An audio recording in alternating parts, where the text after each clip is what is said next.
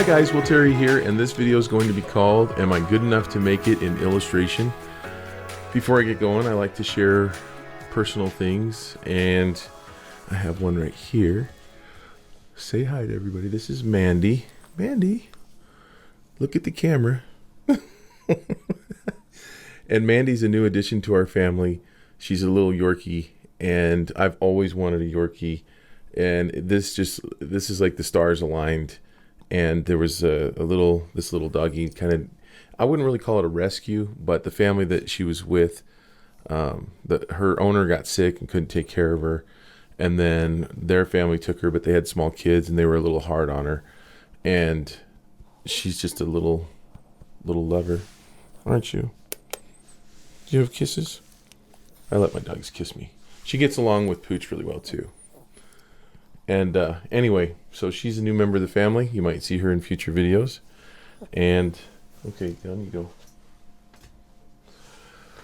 go. I also haven't made a video in like forever, and the reasons for that are many. They're really good reasons. I've just been too busy with too many good things. So doing a lot of freelance, working on a couple of children's books, and I've been doing a lot of teaching it.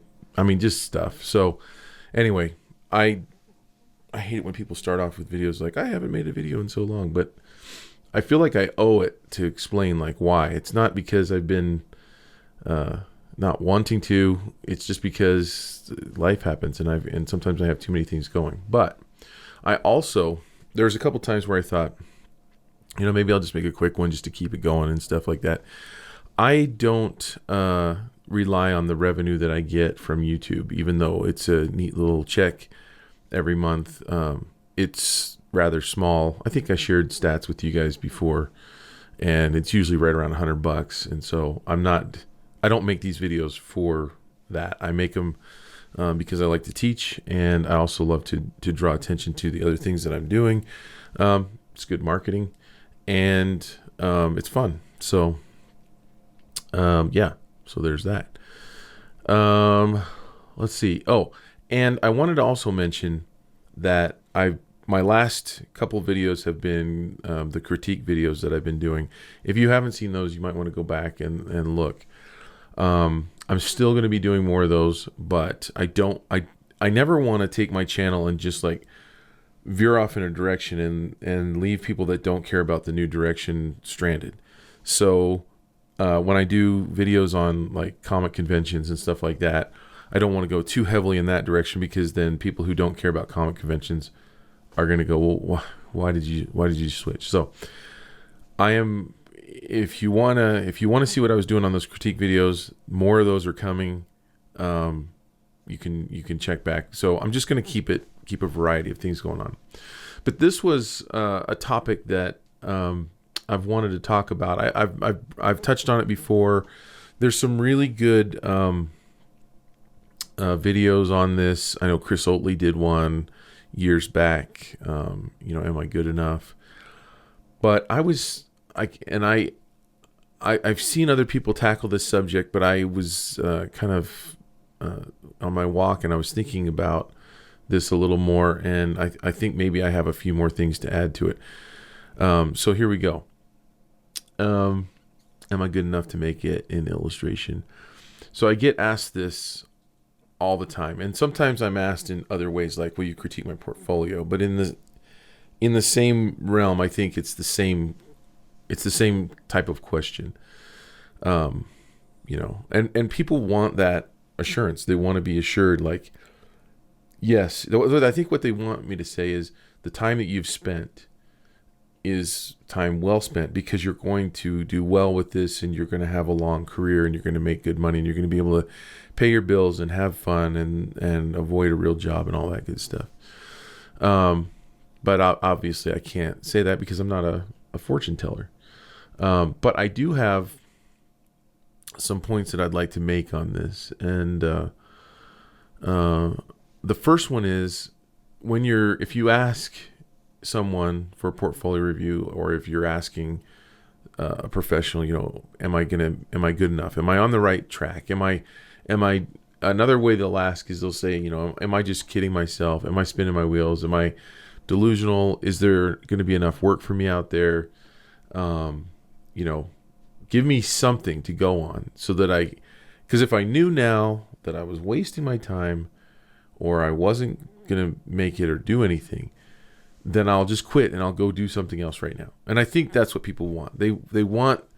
None of us want to waste our time or spin our wheels and stuff.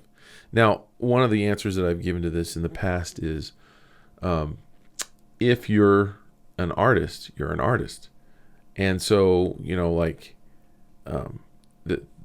to me, the main thing about, and I as I say this, I don't want to sound hypocritical because I make a living with my art. And I don't want to say, hey, making art is great. And you should just have fun with it. But ironically, that is the answer. And the reason for that is when you're having fun making art, other people will see how much fun you're having. I mean, when I chased markets that were purely a money-making strategy, I didn't do anywhere near as well making money with it as I did when I just created the art that I wanted to create and then tried to find the market for it. That doesn't mean that I didn't strategize. It doesn't mean that I didn't make conscious decisions to actually fit better in the market. But it started from a position of creating things that I wanted to create after I had gone down a path of trying to just make money with my art. So the first thing is, I think when you get a portfolio review or when you ask someone, what do you think of my work? You ought to be able to tell them certain things, right? You ought to be able to tell already where you fit into the market. And I'm always surprised at how, when people ask, and I was the same way, so I shouldn't be surprised. I think what happens is, if you search back to how people who are successful in illustration got to where they are, most people will probably have the same kind of story, which is, I thought about it a little. I guess what I'm getting at is nobody really decides one day, hey, I'm going to become an illustrator, and then just goes and does tons of research on illustrators, illustration, the history of illustration. I mean, that's not really how we're built. We kind of just start to draw, and then we meet people who are like-minded, and then we talk about it, and then we fantasize about, well, maybe this could be a career, but we really don't. Most people don't just do all the right things, which is, like I say, you should know where you fit in, which means you have to do a lot of research. If you're going to, so school does some of this for you. If you think about it, if you're going to be an engineer, right? Let's say you're going to be a mechanical engineer, and that's something that really fascinates you. When you go on the first day, you have no idea about how you're going to feel and what you're going to know when you exit in 4 or 5 years later. You're just not going to have any clue what you're actually going into. But when you come out, hopefully the school has prepared you so that you can fill a job position right out of school. And it might be a lower position, but they're preparing you for that. And so I guess what I'm saying is, when you think about asking for advice on your portfolio, you should also be doing a lot of research on your own to see where your work stacks up, like comparing your work to the kind of work that you want to do. So when people ask me this, so here's some of the questions that I'll ask them. And sometimes I don't ask all of these questions. Sometimes the conversation never gets that far. Sometimes I don't feel like I can ask these questions because from some of the earlier questions, I can tell that the person really is just in the beginning stages. But these are questions that I'm thinking, and hopefully this will help you to be able to do a lot of this work on your own. Because again, like a lot of times, with our SVS classes, people will say, well, are you going to do portfolio reviews? Do you guys offer that? And right now we don't. It's something that we might do in the future, but there's a huge demand for it, and people want that. And I think that instead of necessarily getting that review, or even if you do get it, be prepared with knowing some of the things that you can do on your own. So here's the questions. Okay, what do you want to do with your art? So I'm always surprised that people don't know. So the answers that I'll get is, well, I don't know. And it's not that it's wrong to not know, but when you ask someone for a critique or a portfolio review, they could give you really bad advice if they don't know what you're trying to do. Because they might, most of us are pretty specialized into the markets that we work in. And we really don't know, like I really don't know anything about what it would be like to work in the comic book industry, because I've never done that. And when people, there are people out there that will try to give you advice even though they don't know the answer. And that, to me, that's one of the worst things you can do. You're driving down the road and you ask for directions, and the guy goes, well, I don't really know, but I think it's over. That doesn't help you. You're no further along. People should just say, if you don't know, just don't know. You then say you don't know, and you're actually doing that person a favor. So I don't know about other industries often, and I know a little bit, but I know mostly about publishing and editorial and advertising. And so if you don't know what you want to do or what you want to go into, it's going to be really hard for the person to give you really good advice. And they might give you bad advice because they might project, or they might think that you want to do what they want to do because you're coming to them and asking them, and maybe you want to do something totally different. And the answers sometimes are very different. So what you need to do, if you don't know what you want to do with your art, and it's okay because you can do a lot of different things. Maybe you should pick one that you want to do, or that you're interested in. You can always branch out and do others, but you can give the portfolio reviewer something to go on. And it'll get the conversation started, and it'll get you thinking in a way. When they start giving you specific advice for that industry, you can start to apply that kind of thinking and that kind of knowledge to other industries. So for example, like if I get asked, what do you think about my portfolio? And I say, well, what do you want to do? And they say children's books. Okay, now we have something to talk about. And so now when you say children's books, I look through your portfolio and I go, well, there's no children in here. There are really scary images in here. And I can tell you, like, well, your technique, we can talk technique, we can talk about design, we can talk about drawing ability, we can talk about things like that. We can talk about storytelling, but you kind of need to know what you want to do. And so that's kind of the first thing. The second question that I'll often ask is, who are you looking at? Who are your mentors? Who are your hero illustrators? And again, I'm often very surprised when they can't tell me. So when I was going to school, I couldn't have told you. I mean, like, I knew when I went to school, I knew Dr. Seuss. I knew Chris Van Allsburg. Did I know Chris Van Allsburg then? I don't think I did. I think I found him while I was in school. I knew Maurice Sendak because we had Where the Wild Things Are. I knew P.D. Eastman. But my illustration knowledge was probably limited to, a handful of illustrators, and I didn't necessarily want to draw or paint like them. So I just knew that I personally like to draw things. I like to sit down and draw. The next stage is you really have to be looking at people and borrowing from what they're doing. I know I talk about these kinds of things all the time on this channel, but I just can't reiterate it enough. And I'm really not making this video for you. I'm sorry to say.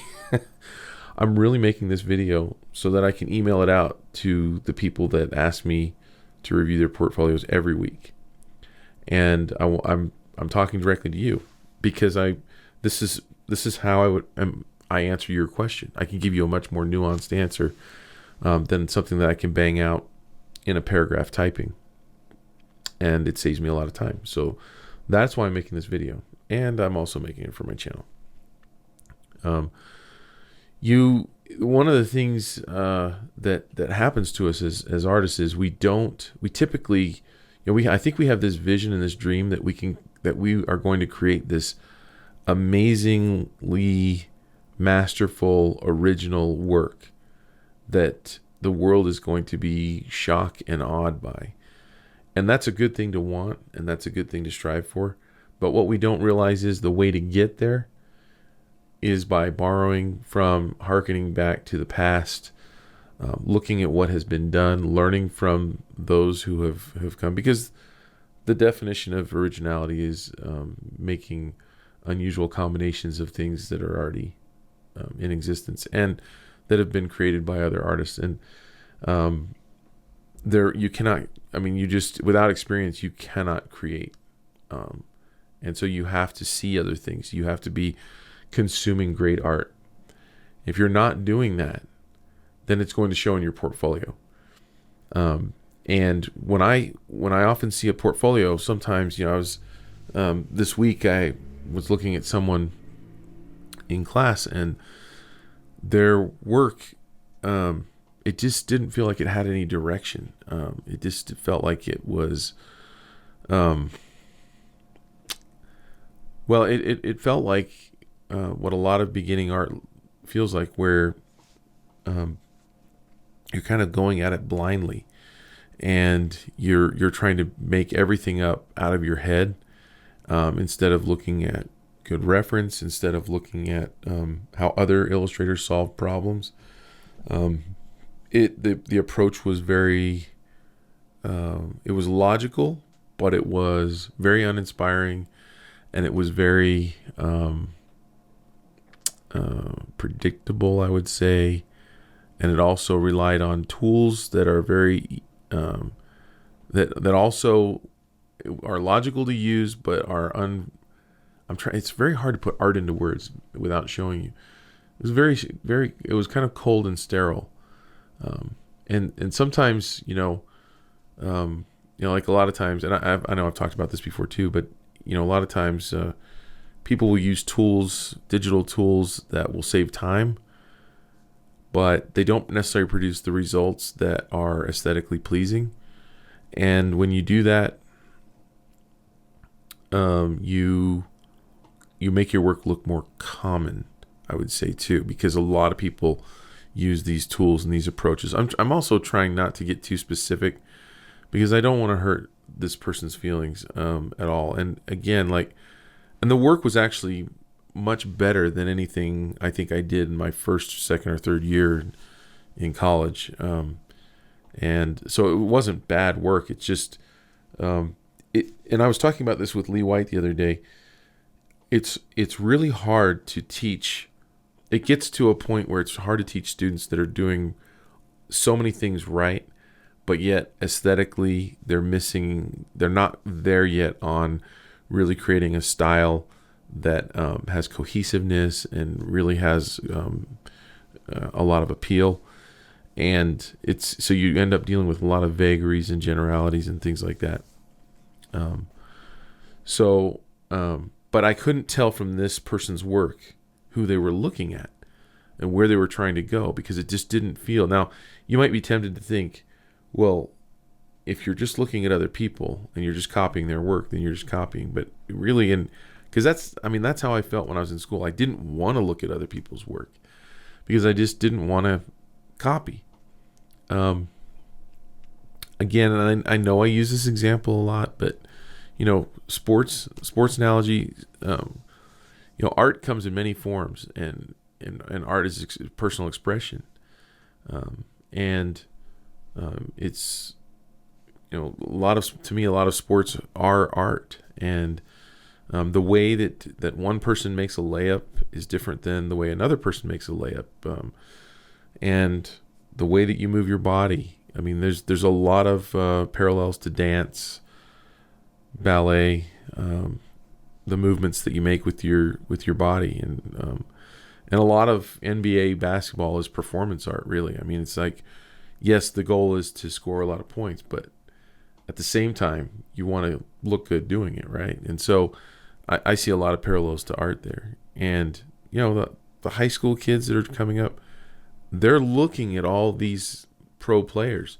They know them by name. They know their moves. They know what one person is good at versus another. Stylistically, they can describe one person's style from another. They'll tell you what players have an ugly style, So you really need to be, that's how it's done. Craftsmen, artisans have apprenticed with masters since the beginning. I mean, if you look at through art history, that's how some of the greatest painters that we respect have become famous. Is they once apprenticed. They prepared canvases. They did underpaintings. They did drawings. They were learning with the master. They were doing and looking at what the master was doing and being taught by that person, and copying. And then over time, what happens after you stop copying is you start to venture off, and you start to stop looking at the people that you're looking at, because your mind starts to open up, and you start making epiphanies, and you start to develop your own theories. And the more you go down that road, all of a sudden people start telling you, "Wow, I really like your style," and you're thinking, "Well, I'm just copying these other people," and they're going, "No, your style is you. I can always tell your stuff." And I was always surprised when people started saying that about me, because I felt like, well, I knew the people that I was looking at, and I knew the people that I was kind of copying and combining their work, and I always felt a little bit guilty, like, am I going to get busted for this? In the beginning, yeah. In the beginning, you're going to look like other people if you're doing it right. But the further you take it, your natural style is going to come out, and you're just going to start to move off on your own. So I want to know who you're looking at. I also want to know how long you've been doing it. Some people have, they'll put expectations on themselves that are unrealistic. Maybe they decided last year that they want to be an illustrator as a career. I've had this happen several times at UVU, where students were in one career path. I've had a couple people that were in the medical field. One was a nurse, and I can't remember what the other one was going into, but EMT or something. And then they got completely frustrated with that and decided, you know what? I think I want to be an illustrator. And so a year in, they're asking, like, am I wasting my time here? Is this, can I do this? Becoming a professional illustrator is a lifelong goal and dream. I mean, like, if you interview the people that are doing the best work, they've been doing it since they were young. So yeah, in that sense, if you pick it up and just decide, you're age 20, 30, 40, you just decide to do it, you have a lot of time to put in, because some people are developing spatial relationships and understanding their visual knowledge and their coordination. Drawing takes a lot of coordination. You gotta get what's in your mind to come out through your hand. You gotta teach your body to give you what you're asking of it, and that's a lot of muscle memory, and that takes a lot of drawing time. But if you've only been doing it for a year or two, then asking a question like, am I going to make it? Is it a waste of time? I don't know, because some people can do amazing things in a really short amount of time. I'm blown away. I think I'm one of those people who it took longer than normal for me to get it, because I was really bad for a long time, and I think part of that was that I told myself that my bad drawing was part of my style. I know I've talked about that before. That probably cost me 10 years. So you have idiots like me out there who are doing that, and you have another guy or another gal who is just soaking up everything and learning from people and basically making all the right moves and doing it right and spending a lot of time drawing and networking with people, and they get better at a much faster rate. So it's impossible. The other thing is with illustration, I plan to do this until the day I die. So whereas a lot of people, they'll look at a career of 30 or 40 years and then retirement. I'm not going to retire from this. There's no retirement. I'm already retired. I'm already doing what I want. So, if you're 30, 40, 50 and you are say, well, can I start this? Well, yeah, there's people who have done great things in 10 years of really hard study and practice, sometimes less, sometimes 5 years. Yeah, it can definitely work for you, but it also might not, because you might not be committed. I don't know that. I have no idea how committed you are. And if you are converted to the idea that you're an artist and you're going to make art no matter whether you're getting paid for it or not, because that's what you do, that's what makes you happy.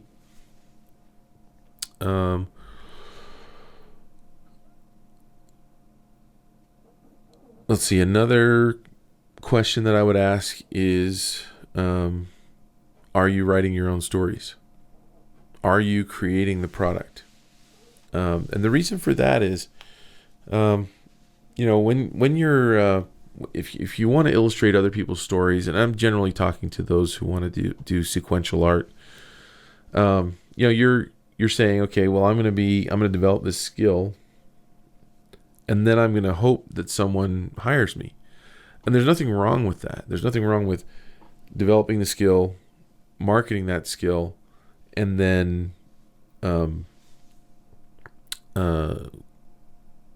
waiting. Basically, you're in a waiting game. The problem with it is, as I see it, as only doing that, is that you're in a situation where you're waiting. And if you're writing, you kind of can, if you write the story and then you make an illustration or something for it, and I have a video on that too. I'd have to find that and link it, I guess. But you've increased your chances of basically doing what it is that you want to do, which is illustrate stories. And so, I think that for a lot of people it's hard because they think, well, I'm not a writer, right? I'm not, I don't know how to write. And that is a whole nother discipline that you have to learn. But a lot of people have really good stories and really good creative ideas. And with a little nurturing, they can actually get those ideas out there. And if an editor sees a really good idea, a really fresh approach, really fresh art style, a really fresh idea, even if the writing's rough, they'll help you write it. They're your editor, right? So if you can tell a good story, then you have more of a chance, because then you can choose to submit stuff, right? So you're not necessarily just waiting for someone to say, okay, we want to hire you for this job. Now you're being proactive and entrepreneurial, and you're saying, okay, I created this thing, and then you either work with an agent, or you send it directly to a publisher, or you go to a convention and show it to an editor there. And amazing things happen. That's how a lot of people get their start. A lot of people didn't get their start from, having the phone ring or getting that email asking them to illustrate a story. They wrote their own story and they got it published. And then later they illustrated other people's books as well. So you can always do that. So, are you creating? That's another question I have.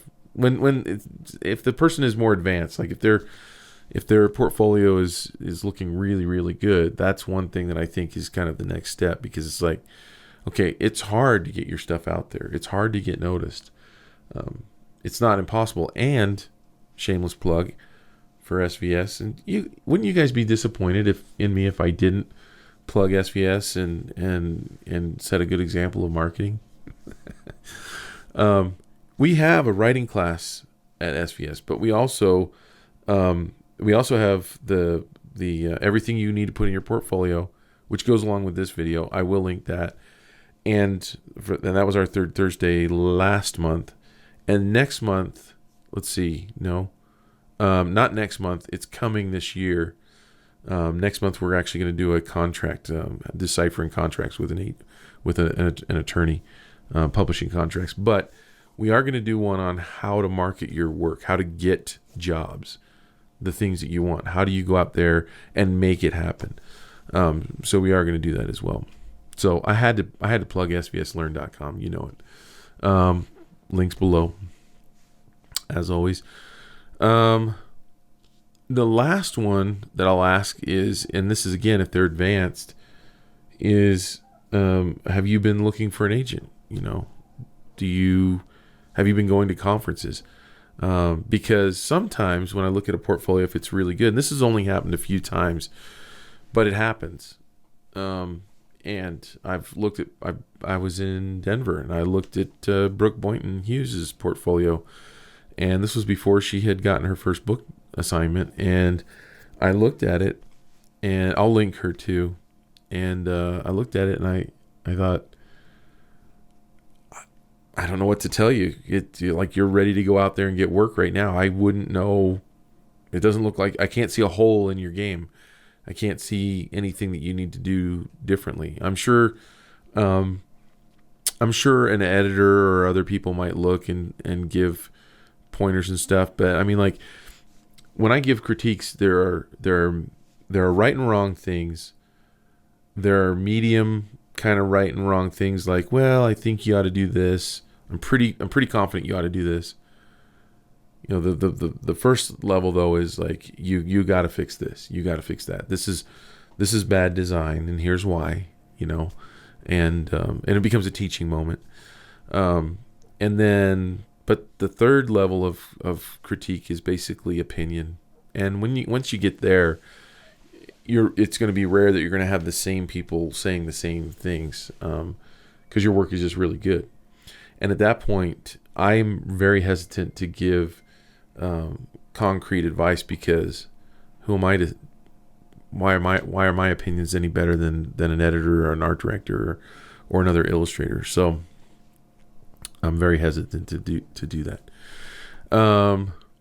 So that's that part. And then one last thing on this video is, I think that instead of asking for a critique of your website or your portfolio, they're basically one and the same, right?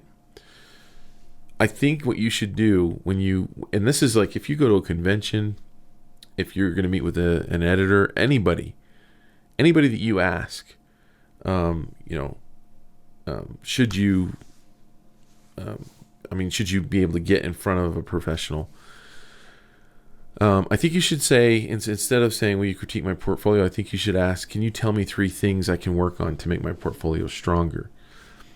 Because in doing that, what you've done is you've given permission to the person to basically lay it on you, right? So, for instance, like in my position where I'm at, when I get asked if I'm at a convention, because when I go to comic conventions, I get asked all the time to look at books and stuff, and I like it. It's hard because for me it's a long conversation, and I want to go through all these questions and stuff, and usually it's like chaos at our booth and stuff. So I usually don't give a really good critique. I try to give a few things. I try to get a sense of where the person is. But from where I sit and where a lot of people sit, when you ask for that, it's a scary thing, because we don't want to make enemies, and we don't know your insanity level to your sane level, right? So insanity would be those very few people on the spectrum who cannot take any criticism at all, yet they think they want it, you know? And there are psycho people out there like that, and I've run into them a bunch of times where they'll come on nice and sweet, like, hey, will you give me a critique? And then you do, and then they either start crying or which again, there's nothing wrong with crying. And like I've always maintained on this channel, you need to cry over your artwork. That means you care. I've cried over my artwork. If you're not crying over your artwork, I would be worried. But the other side of that is anger. And sometimes people have gotten angry with me for giving them a few pointers, or they get very uncomfortable. And it's like, it's obvious that they're not even ready for a critique, right? So I think you can almost strengthen your own self. I think you can prepare yourself by saying, can you tell me 3 things I can work on? That way you're already expecting 3 things. I think a lot of people think in some weird way, I think they think that they want the reviewer to say, this is the best work I've ever seen in my life. Go therefore and sin no more, and go get tons of work. You don't really want that. It's puzzling when someone asks for a critique and then gets offended. I had somebody online one time, this was years ago, on Facebook. Somebody asked for a critique in a private message, and I said, my first warning is always, I will give you a critique, and I will tell you things that I think you should change, and they might be things that you don't like. And are you prepared? Are you okay with that? And this person's like, yep, I'm totally fine with that. And I am not the guy who throws your painting out the window. I'm not the guy who goes, oh, this is crap. I'm not the guy who goes, you need to pick a different career. I mean, I've heard all these horror stories where people have said, been told, you need to go do something else. You suck. That's not me at all. In fact, I think I'm too far the other way. I'm very hesitant to tell the truth about what I really think about someone's portfolio. And this person is pissed at me today because they asked for a critique and I gave it. So yeah, prepare yourself for critique. Ask for things. Give the reviewer permission. And I think you'll do that by saying, I just want 3 things that I can do to improve. And then they're free to go, okay, well, cool then. Okay, so here's the 3 main things that I think I would do if I were you.